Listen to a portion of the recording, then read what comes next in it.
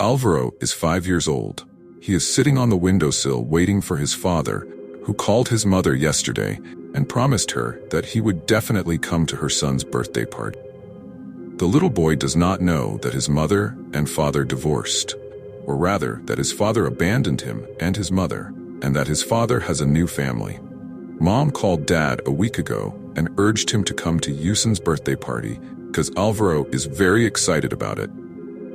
"Laura, I will come, don't hesitate." "I promise you," Dad said.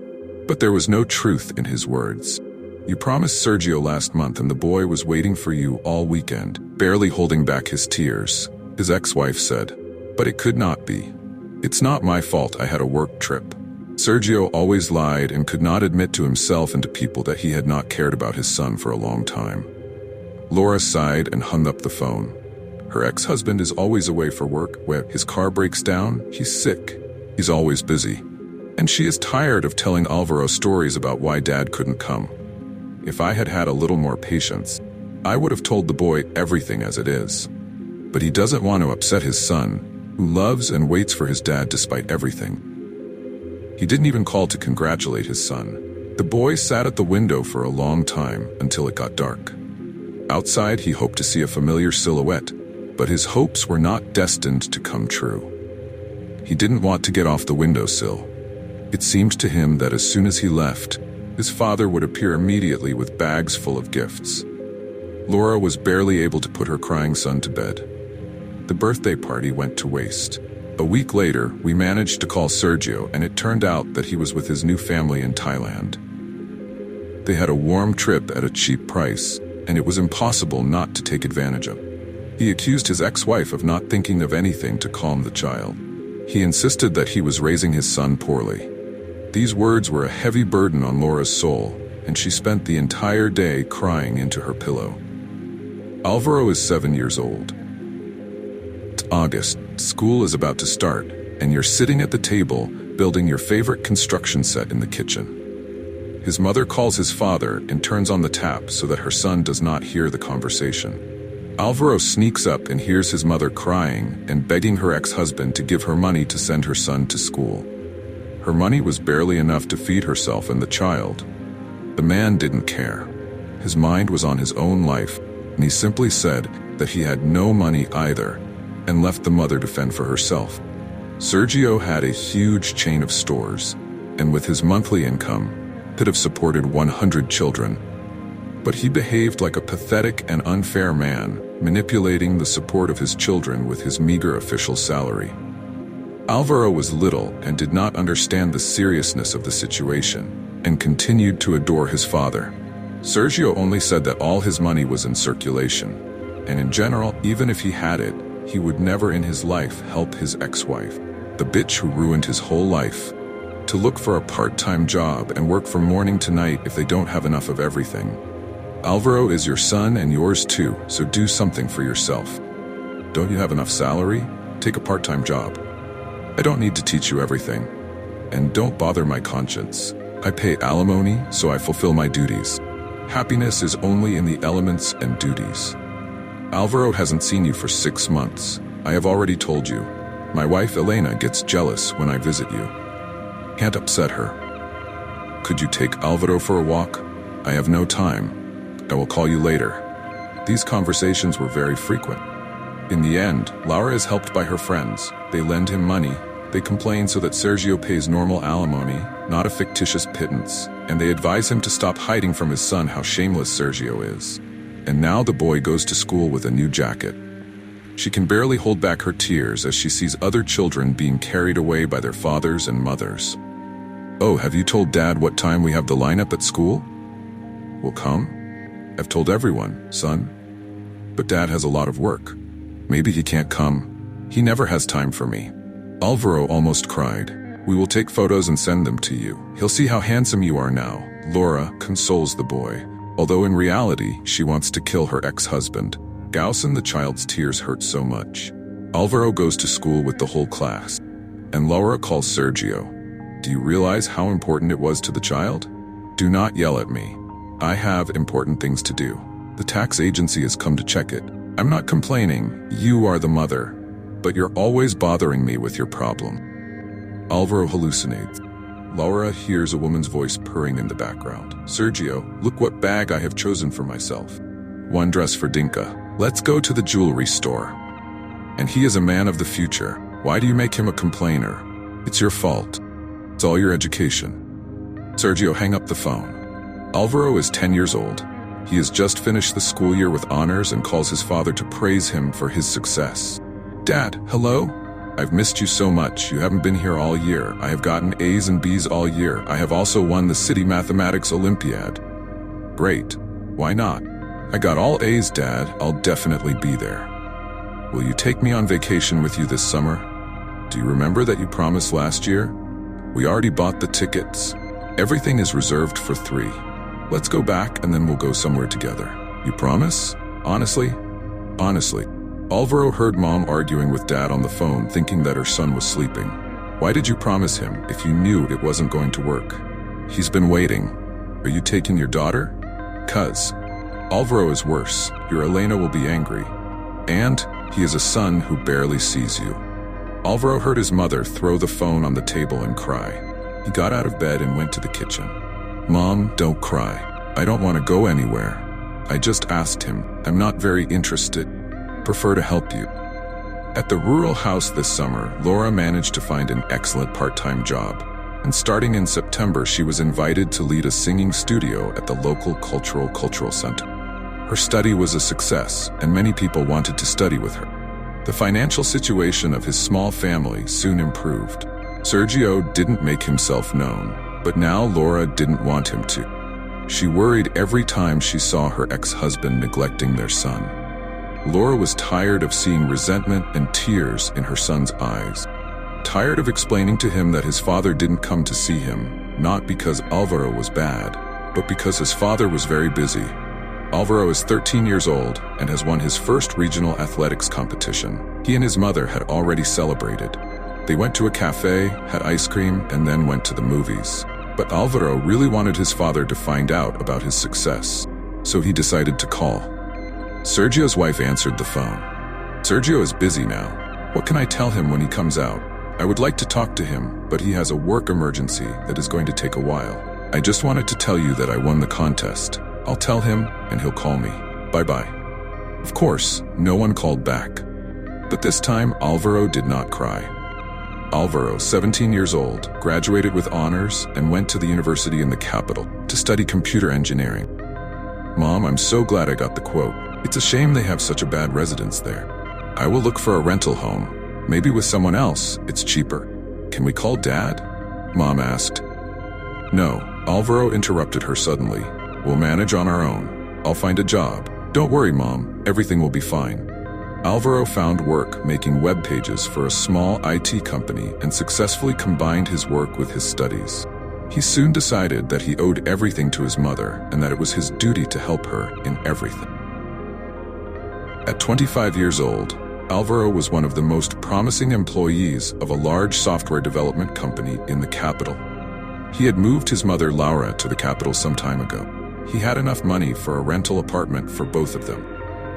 Additionally, he planned to open his own business eventually. Sergio was going well for them. Neither Laura nor Alvaro had remembered it for a long time. Alvaro's business was booming. 5 years later, when he was 30, he was running his own software production and support company. He bought an apartment for his mother, although in the country, but quite decent. Alvaro himself was getting married, and he and his future wife were planning where they would build a house. Time flew by. Soon Alvaro was a father, and his wife gave him a son named Alejandro. Luckily, he was wrong. His son became a wonderful, crazy father who spent all his free time with his son.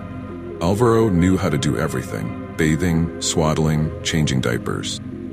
When Eliusa was 6 months old, Alvaro started reading him books and always put him to bed alone. Mom, I want to give my Alejandro everything he didn't receive from his father when he was a child, she often told Alvaro. To Alvaro, I was 35 years old when one day the phone rang. Alexander, Ausend, go collect the cubes. Dad needs to talk. Alvaro left his son on his lap and picked up the phone. It was the hospital. It's Alvaro. We have your father here, Sergio. You must come as soon as possible. Alvaro did not realize at first what Sergio was talking about.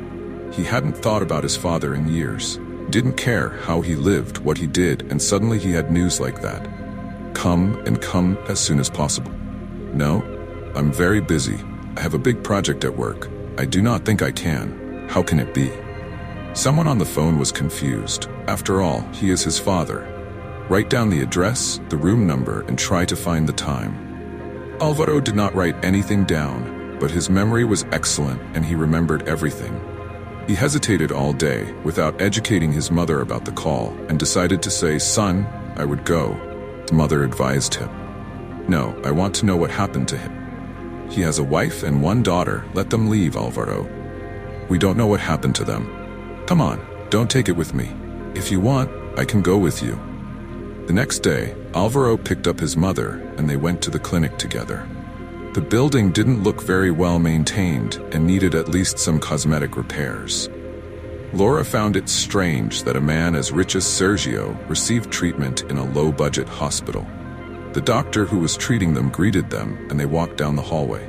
Suddenly, the doctor started, "We have invited you, Alvaro, since Sergio has no other family members. He only named you. The fact is that he needs an urgent operation to replace the heart valve along with subsequent rehabilitation. It will cost a lot of money. They will tell you in the service department, paid more accurately. Of course, under the quota, these types of operations are done for free. But Sergio is simply not going to live. The operation is necessary in the next few days." Alvaro and Laura remained silent. The atmosphere in the hospital was not in a good mood, and the information given by the doctor was a shock to both of them. "But my father and I haven't spoken in a long time. I haven't seen him since I was 14 years old," Alvaro said. "You will know him." The doctor did not back down. "We'll go this way." With these words, the doctor opened the door and the three, Alvaro and Laura, entered the room. The furniture was modest. Painted walls were peeling. There was no television or air conditioning. One bed was empty, and in the second lay an old man. "Sergio Petrovich has visitors for you," the doctor said and left the room. It was impossible to recognize the once strong and confident Sergio in a very weak-looking man. Alvaro took 2 chairs and put them next to the bed. He and his mother sat down, but he didn't know what to say and didn't want to say anything. "Sergio, hello. We have come to visit you. They called us from the hospital for some reason. They told us that there were no other relatives." Laura started suddenly. "That's how it is. I live alone. There is only Alvaro." Sergio nodded to Alvaro. "And Elena? Diana?" Laura asked about his wife and daughter. "Elena left me a long time ago. He found a richer woman. Diana lives with them. I have no family. You can be happy. Consider it a boomerang. Fate took its revenge. I'm glad to be alone." "What are you talking about? We haven't thought about you in a long time. We're okay. We don't think about revenge." Sergio spoke in an irritated and tearful tone. "Stop lying. They probably called you to tell you that they were sick and that they had a party." "Susan, Sergio." Alvaro got up. "Either you tell us why you called us or we leave immediately. I'm not going to allow them to insult my mother." The words came out harsh because Alvaro knew how to be harsh when necessary, just like Sergio. "Why not my father?" the sick man murmured. "Wait, don't get upset. Sit down." "We have to talk," Alvaro said even louder than the first time. "Did I warn you or do we talk? Oh God." Sergio nodded and followed a story, generally banal, about how in times of crisis, Sergio invested in the wrong place and lost, so he had to sell all the stores. Yes, and in general, all assets. Soon his wife moved her tail and got together with her former partner, and Sergio even suspects that their relationship has been going on for a long time, so it is still not known who. Bianca, Diana Dane's daughter, has lived in France for 10 years. He got married there and hardly communicates with his family. He didn't want to come to his father like that for help. At this, the man stopped speaking. All this said in a pathetic and at the same time bad-tempered tone. He continued, "I need help now. I need a lot of money for the operation, and I don't even have the 10th of it." He looked at Alvaro. "That's why I asked you to come. You are my son. Who else but you can help?" "Why do I have to help you?" Alvaro asked coldly. "I am a father, and in my time I did not run away from alimony. I fulfilled my duties correctly, but I could have run away. A lot of people did, but I turned out to be a decent man. You were lucky, but now it's your turn to help me, son. Laura, you could help too. You are all naked. You must have money. We are not strangers. Alvaro shuddered at those words. We're leaving now. We wish you the best. Get well and don't bother me and my family anymore. You are a father in name only, but in fact you are nothing. Complete noble. Alvaro stood up, took Laura under his arm and headed towards the exit. You raised him like this, Laura, cruel, heartless. His father dies and he has no sorrow. Sergio shouted after him. Your education. Laura turned around in the doorway. It wasn't you who educated him. That happened. You didn't educate him, but you did. For several days, Alvaro walked somberly.